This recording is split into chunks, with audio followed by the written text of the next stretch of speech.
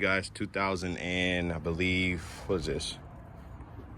Give me a sec. 2008 Ford Taurus, but this is a 3.5 liter engine, V6. This is found in many Fords. Today we're doing a simple tune-up, coils and spark plugs. So these are your coils. There's 3 underneath this intake manifold, and obviously 3 spark plugs in the front, 3 in the back. First thing you want to do is remove the air box out the way. I already did that. Got it to the side right there. Once you take that out the way, I always like to start with the back just because it's going to take the longest, just because this upper intake plenum has to come off. So what you want to do is disconnect your throttle body right here. You want to disconnect this air hose fitting right here, and then usually right down there in this pocket, right down in there, there's a bolt, but that one's missing, so it's not a big deal. Once you take all that out, the throttle body can stay attached to the intake, and then across the top side of the intake, there is a series of bolts. As you see, one there, one there, one there, one there, one here, one there. And then as you see, there's an harness bracket on this one. Take that off too. And for the most part, it'll come up and out. You do have a bolt there and a vacuum line right here. So this might be a little bit tricky. You just kind of reach around, or if you don't want to even take that off, once you get all that unbolted, you can pick this up and swing it to the side and work in that fashion, or you can take the vacuum line off. It's up to you. But let's get this intake off real quick. Not to mention, there is a vacuum line right there. Right here, this guy, straight over top of the PCV valve. You want this on the bottom side. I find it easier just to pull up and off the PCV valve instead of taking this clamp off. Now, you can do whichever one you see fit for you, but for me, it's usually you just pulling it straight up off the PCV. And then, like I said before, you unloosen this bolt. It has a catch, so that way this bolt is kind of stuck to the manifold. I guess if you pry it enough, it will come out, but you don't have to take it all the way out. I already disconnected the vacuum line here, unplugged my harness for the throttle body, and like I said, there's usually a bolt right there where that gold space is, but there's not one right here. So let me go ahead and take off the bolts that hold the front manifold right here, and this bolt off real quick, and then I'll show you what's next. It's one more thing that is plugged up back here that might prevent you from pulling it off. It's kind of hard to see, there's a glare in my light, but there is a sensor right here.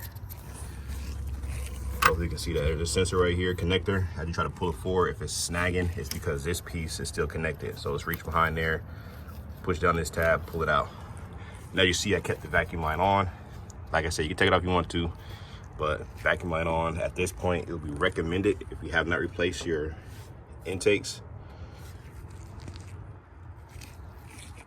at this point, it will be recommended to change out the intake gasket if you haven't changed them before. But now you have clear access to the spark plugs. So I don't think I need to show you guys how to really take out the plugs. I'll probably do this, just the one right here, but follow the same procedure for all the other ones as far as taking them out and then installing them.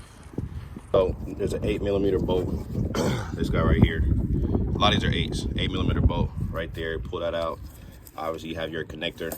Once those two are out, these usually are pretty easy to get out. If not, you take something to get underneath the lip on the side, and you kind of pry up, pull it straight up and out. That's your coil. We're changing that in this application, so we're not worried about putting them in any order. But then you have your spark plug way down there, and this application, I believe, is a 14mm. Let me check that right now. Let's see. And there is a special spark plug tool for this, but I just want to see if it's a 14 or not.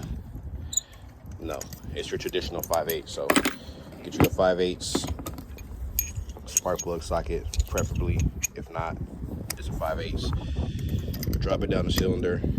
You're going to use a wrench or ratchet to break the tension free, and then once you break the tension free, you can go ahead and if you have electric tools, I would advise using your electric tool. I'm gonna use both hands. I want both my hands for leverage, but break that free. I'm gonna use my electric tool to pull out the rest of the way. And after I do that, is reverse the process and you do that same thing all the way down the line. I won't give you a torque spec because if you strip that out or over tighten it, that's on you. I don't be reliable for that, but find your torque spec. If you do want the torque spec, I am available. You can send me an email at Aaron the Mechanics I'll post on the link, or you can just send me a message or comment on things saying more info on the YouTube video, and I will send you the torque spec for everything if you need it, if you want it. Besides that, this is the only other thing you got to worry about too. On the intake manifold, this bolt is one super long one, and that goes at this part of the intake.